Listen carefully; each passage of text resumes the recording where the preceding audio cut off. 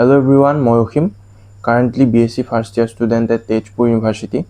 আজিৰ এই ভিডিঅ'টোত মই CUET UG ৰিজাল্টৰ পাছত মেৰিট লিষ্ট কেনেকৈ ওলাব, তোমালোকে কি এপ্লাই কৰিবা, কেনেকৈ কাউন্সেলিং কৰিবা, এই গোটেইখিনি বস্তু কেনেকৈ কৰে তাৰ ওপৰত মই ভিডিঅ'টো লৈ আহিছোঁ। বহুতৰ পৰা মই কুৱেশ্যন পাইছিলোঁ যে CUET UG ৰিজাল্টৰ পাছত কি কৰিব লাগিব, সেইখিনি বস্তু মেইনলি তেজপুৰ ইউনিভাৰ্চিটি ৰিলেটেড বহুতখিনি কুৱেৰি পাইছিলোঁ। কিন্তু এই ভিডিঅ'টোত মই তেজপুৰ ইউনিভাৰ্চিটি বাহিৰেও বাকী ইউনিভাৰ্চিটিবিলাকত তোমালোকে কেনেকৈ কি কৰিবা এইখিনি বস্তু আলোচনা কৰিম। একদম পলম নকৰোঁ, মই ভিডিঅ'টো আৰম্ভ কৰিছোঁ।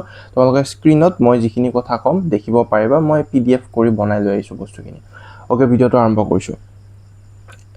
CUET UG ৰিজাল্টৰ পাছতেই তোমালোকৰ প্ৰথম কাম হ'ব, আৰু সেইকেইদিন একদম এলাৰ্ট থকাটো তোমালোকৰ বাবে জৰুৰী। আৰু প্ৰথম কামটো হ'ল সেই তোমাৰ যিখন ড্ৰিম ইউনিভাৰ্চিটি, যিকেইখন ইউনিভাৰ্চিটিত তুমি এপ্লাই কৰিব বিচাৰিছা, সেই ইউনিভাৰ্চিটি কেইখনৰ যিটো ইউনিভাৰ্চিটিৰ ইণ্ডিভিজুৱেল পৰ্টেল থাকিব, আৰু most of the central university তেওঁলোকৰ নিজা পৰ্টেল থাকে। যেনেকৈ আমাৰ অসমৰ ষ্টেট কলেজবিলাকৰ এটা পৰ্টেলত গোটেইবিলাকৰ হয়, তেনেকুৱা নহয়।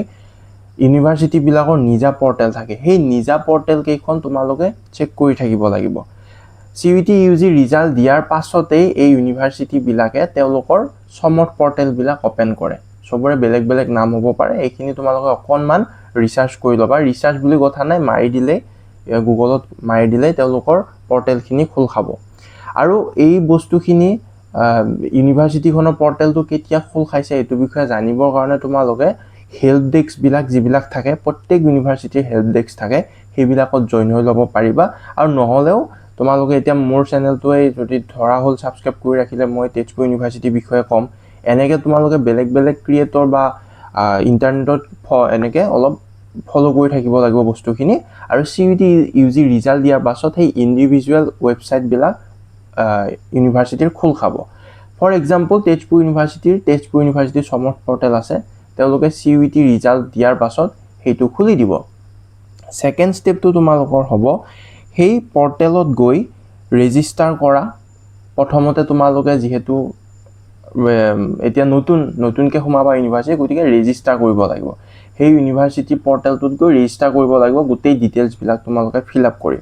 আৰু তোমালোকৰ যিটো CUET ৰিজাল্টটো দিলেই CUETৰ, গতিকে তোমালোকে যিটো কোৰ্চৰ কাৰণে এপ্লাই কৰিব বিচাৰা সেই কোৰ্চটোৰ কাৰণে তাতে ইউনিভাৰ্চিটিত এপ্লাই কৰিব লাগিব। আৰু এইকেইদিন তোমালোকৰ কাম হ'ব তোমালোকৰ গোটেই ডকুমেণ্টছবিলাক ৰেডি কৰি ৰাখা। আৰু CUET ৰিজাল্ট দিয়াৰ লগে লগে ইউনিভাৰ্চিটি ইণ্ডিভিজুৱেল ৱেবছাইটটোত যাবা, গৈ তাতে তোমালোকে ৰেজিষ্টাৰ কৰিবা।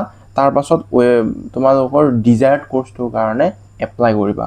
হয়তো অলপ তাতে কিবা ফিজ থাকিব, তেজপুৰ ইউনিভাৰ্চিটিৰ ক্ষেত্ৰতে এটা কোৰ্চত 300 মানকৈ লয় এপ্লাই কৰোঁতে। তো তোমালোকে এটাত কৰিব পাৰা, বেছিত কৰিব পাৰা। আৰু যিকোনো ইউনিভাৰ্চিটিৰ ক্ষেত্ৰত এনেকৈ ধৰা হ'ল দিল্লী ইউনিভাৰ্চিটিয়ে হওক, বাকী JNU হওক, যিকোনো ইউনিভাৰ্চিটিৰ ক্ষেত্ৰত তেওঁলোকৰ ইউনিভাৰ্চিটি ৱেবছাইটত গ'লা, ৰেজিষ্টাৰ কৰিলা, তাৰপাছত এপ্লাই কৰিবা যিটো কোৰ্চৰ কাৰণে বিচাৰা, তেতিয়া অ'পেন হৈ যাব। তাৰপাছত তোমালোকে যেতিয়া এপ্লাই কৰিবা, এপ্লাই কৰাৰ পাছত ইউনিভাৰ্চিটিয়ে গোটেই বস্তুখিনি তোমালোকৰ পাই গ'ল। তাৰপাছত তেওঁলোকে কি কৰিব, মেৰিট লিষ্ট বনাব। এইটো তোমালোকৰ থাৰ্ড কাম, তোমালোকৰ নহয়, এইটো বস্তু তেওঁলোকে বনাব, তোমালোকে চেক কৰি থকাটো তোমালোকৰ কাম হ'ব। যেতিয়া তেওঁলোকে কি কৰিব, যিমানে এপ্লাই কৰিছে তেওঁলোকৰ ভিতৰত মেৰিট লিষ্ট বনাব আৰু সেইখন আপলোড কৰিব নিজৰ পৰ্টেলত। তোমালোকে পৰ্টেলটো চাই থাকিব লাগিব, ইউনিভাৰ্চিটি পৰ্টেলটো। আৰু হেল্প ডেস্কবিলাকত থাকিলে তেনেকৈও গম পাবা, জল্দি গম পাবা। গতিকে মই তেজপুৰ ইউনিভাৰ্চিটিৰ হেল্প ডেস্কবিলাকৰ লিংক দি দিম ডেছক্ৰিপশ্যনত, তোমালোকে চাব পাৰিবা। এতিয়া থাৰ্ড প্ৰচেছ হ'ল, প্ৰথমে কি কৰিলোঁ, ইউনিভাৰ্চিটিৰ CUET UG ৰিজাল্ট দিয়াৰ লগে লগে ইউনিভাৰ্চিটিৰ পৰ্টেলত তোমালোক যাবা, তাতে চাই থাকিবা কেতিয়া খোল খায়। ফ্ৰেছ ৰেজিষ্ট্ৰেশ্যন খোল খোৱাৰ লগে লগে ছেকেণ্ড কামটো হ'ব তোমালোকে তাতে ৰেজিষ্টাৰ কৰা আৰু নিজৰ ডিজায়াৰ্ড কোৰ্চটোৰ কাৰণে এপ্লাই কৰা। আৰু থাৰ্ড কামটো হ'ল মেৰিট লিষ্টৰ কাৰণে ৰখি থাকা। ঠিক আছে, মেৰিট লিষ্ট ওলাব। তাৰপাছত ফ'ৰ্থ কামটো কি হ'ব, যদি তোমালোকে ছিট পোৱা, এতিয়া তেজপুৰ ইউনিভাৰ্চিটিত ধৰি লওঁ তোমালোকে ছিট পাইছা, তেতিয়া ইউনিভাৰ্চিটিৰ পৰা তেওঁলোকে অথৰিটিয়ে কল কৰিব তোমাক। ঠিক আছে, বা ইমেইল কৰিব। আৰু বেলেগ বেলেগ ইউনিভাৰ্চিটিবিলাকেও তোমালোকক গম দিব, লিষ্টততো নাম থাকিব, তাৰ বাহিৰে তোমালোকক গম দিব যে তোমালোক চিলেক্ট হৈছা, আৰু তোমালোকক কাউন্সিলিঙৰ কাৰণে মাতাব, যিটো ফ'ৰ্থ প্ৰচেছ।